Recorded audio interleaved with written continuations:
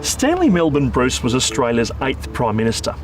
That was back in the 1920s, the racy, roaring 20s. But none of that was for Stanley. Cartoonists of the day loved making fun of his old-fashioned appearance, and they really loved his spiffy spats. But that only made Stanley more determined to wear them. He was his own man. He was also a World War I hero. He received the Military Cross and the French Croix de Guerre. But his most treasured possession wasn't those bravery medals. Prime Minister Bruce's treasure is here at the National Archives of Australia in Canberra. It's something you don't see much nowadays. It's a gold cigarette case, and that's why I have my special white gloves on. When I pick it up, if you have a look at the front of it, you can see it's been engraved with a sort of exotic Middle Eastern design, and in the very centre is a stylised letter B. When I open it up,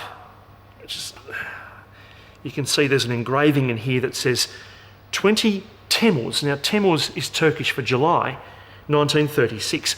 But more importantly, here's the name of the man who gave him this cigarette case, K. Atatürk. That's Kemal Atatürk, who's the first president of modern Turkey. So what do these two blokes have in common? Well, after he left politics, Bruce was a top international diplomat. In 1936, he chaired a League of Nations conference that restored Turkey's naval access to the strategic Dardanelles Straits, which made Atatürk a very happy president. This precious cigarette case was his way of saying thanks to Bruce.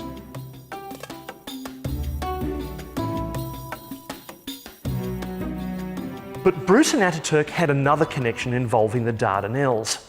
21 years earlier, in 1915, they both fought there at Gallipoli. Atatürk's troops stopped the Australian forces at Anzac Cove, which made him a national hero.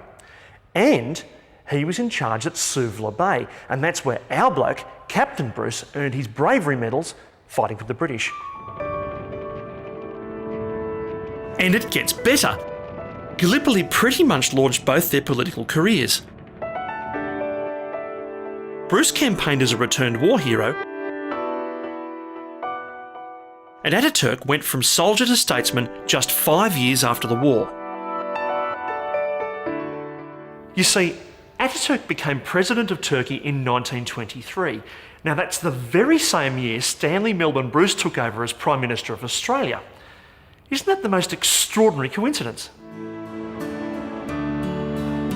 In his 6.5 years as PM, Bruce forged the Conservative coalition that still exists and oversaw Parliament's move from Melbourne to Canberra in 1927.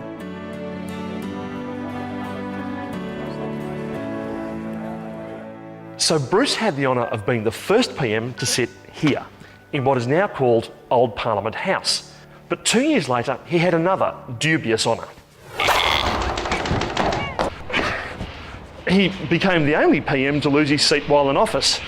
Well, so far anyway. But Bruce continued to serve Australia for many years as a highly respected diplomat in Britain and Europe. But the question is, why was a man whose achievements saw him become Viscount Bruce, a peer of the realm, so attached to Atatürk's simple gift? Well, maybe the case itself holds a clue.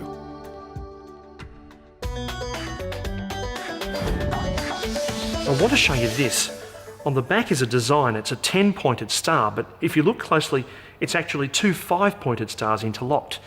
Now, as a bit of a war buff, I can tell you that the 5-pointed star is a very important military symbol, and it's also closely associated with Turkish culture. So maybe this was Atatürk's way of saying that somehow he and Bruce were kindred spirits. Bruce clearly thought they were. You see, he had only 2 photographs in his study.